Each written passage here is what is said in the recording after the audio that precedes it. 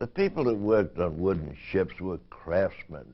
They were intelligent, well-read, reasonably well-educated people.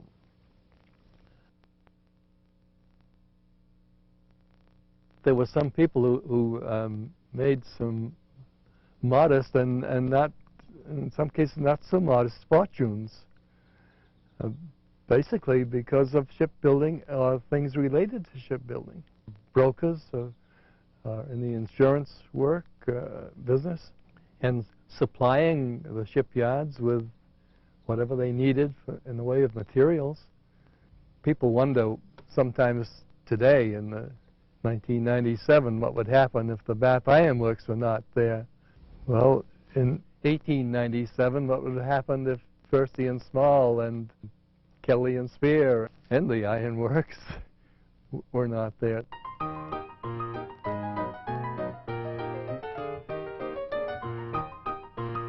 The BIW became really central to Bath's history in the 1890s. More and more people were aware that wooden shipbuilding was, if you will, on its last legs. In fact, it was around for another 20-odd years. These were people who could foresee the day when wooden shipbuilding would end. The Bath Iron Works really evolved into a shipbuilding operation, but it really started as a manufacturer of simple deck machinery. And slowly, as the 1870s and 80s, it developed its own technical capabilities, and as it developed its technical capabilities to a certain point, they felt justified in making the effort to go into shipbuilding itself, which they then did. Well, because there were so few medicines to treat diseases, lots of things were used in desperation, or then lots of claims were made. As you know, all you had to do was have one person get well taking this patent medicine, and lots of other people would want to try it. It was a good moneymaker for a lot of people. The drugstores sold all sorts of herbs as well as medicines until the medicines became more effective and they gave up selling herbs. My name is Ed True. I work at CVS Pharmacy now in Bath. I'm the grandson of one of the original people in Hallett's. He's starting in Hallett's in 1901. This is the drug sign, leaded glass drug sign that stood over Hallett's drugstore on Front Street in Bath from 1913 to 1966. There was so much involved in their prescribing, so to speak. They weren't really prescribing, but they were treating people that came in off the street every day. I mean, and they mixed concoctions, which aren't done today, to try to help people out. I think a lot of pharmacy is gone by the wayside as far as the old-time pharmacist that spent 90% of his time preparing one prescription instead of 90% of his time getting the pills out of the bottle, which is done today. Cost of items in the pharmacy were 25, 50 cents, a dollar. I've got a bunch of books in the garage that were prescriptions, and they used to paste like 12 prescriptions on a page. And you can go through and see the doctors that were in Bath years ago. Well, nothing was over $1 or maybe $1.25 as far as prescription goes. Here are a couple of old prescriptions. This is a set of powders that were produced at Hallett's Pharmacy in the Saginaw Block. They made 12 powders with 3 different ingredients. The 12 powders sold for 40 cents, and then there was a note at the bottom of the prescription said that if the prescription is double, it would be 75 cents. This was another formula here that I found in the book. The powder is horse condition powder, and it was a 1/4 pound each of fenugreek, sulfur, L-campane, black antimony, saltpeter, saleratus, and ginger. There were the diseases that we still have today probably, but which had different names then. Consumption was the name, I believe, for tuberculosis, and shock is what they called a stroke.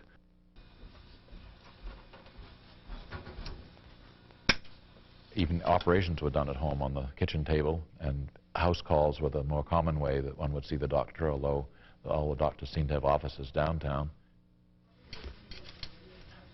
Usually on the 2nd floor, which I've never been able to figure out.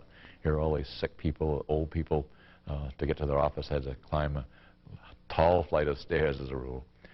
But I suspect that was one reason why house calls were more common. I remember talking with a Miss Nugent who lives on the corner of Grove and Front Street years ago. She told me that she used to stand there on Front Street and see more than a dozen schooners in the river at one time. It was a busy place. I'm hearing what my father used to tell me. In 1897, this river was a busy thoroughfare. There were sailing vessels being built, the largest six-masters built in the world. There are many tugboats and barges and scows, and all kinds of riverfront activity. The riverfront itself was lined with warehouses and wharfs, ferry slip, and that sort of thing. It was very busy. In fact, where we're sitting here would have been, this was where the city landing was. There was also the landing for the Cross River Ferry. It was the People and Horse Team Ferry.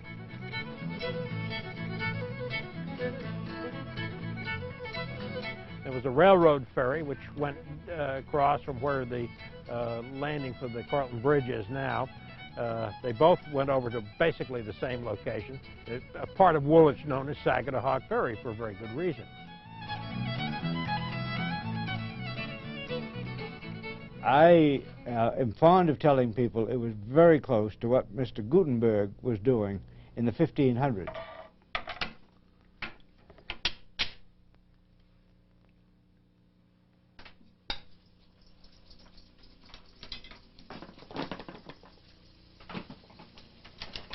There were really two major changes that had happened in all of that time.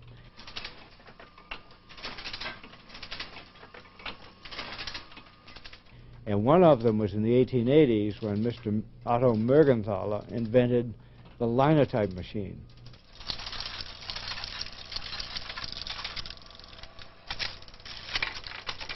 That was a dramatic, you could suddenly, by using a keyboard, you could generate text. Now, it couldn't be used for large headlines or anything. It could just be used for the body of a story and so forth.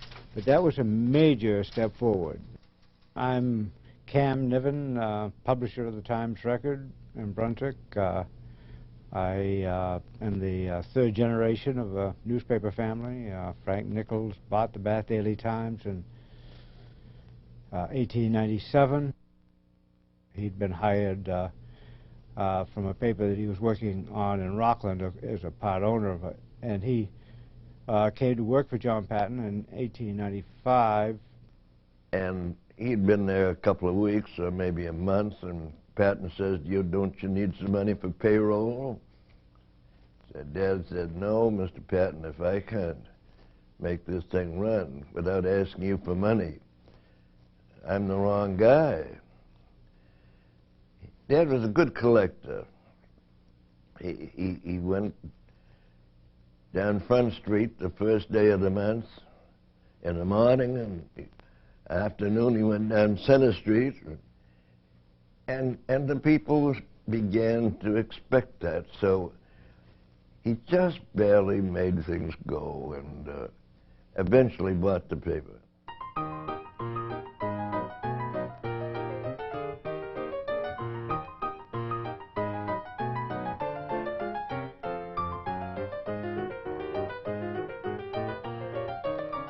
I think it was a very important role in the newspaper. They, most of the articles I've seen, I've looked at some of them way back, out of the morgue, you know, seem to pertain to people. They wrote a lot about people and what the people were doing and what the different organizations were doing. I think probably they did that to pull the citizens of Bath together, you know. The paper did touch on issues. It tended to reduce tension, if you will, where there were real conflicts in differing points of view between different groups within the city. It did not indulge in really nasty partisanship, which some newspapers did do at this time.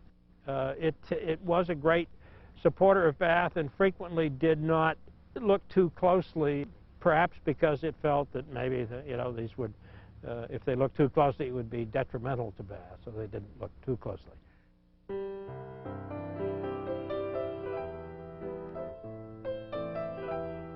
Years ago, it was all community spirit. I think everybody did everything for everybody, and I think they all had a real desire, or they had a real interest in human beings and to support those people.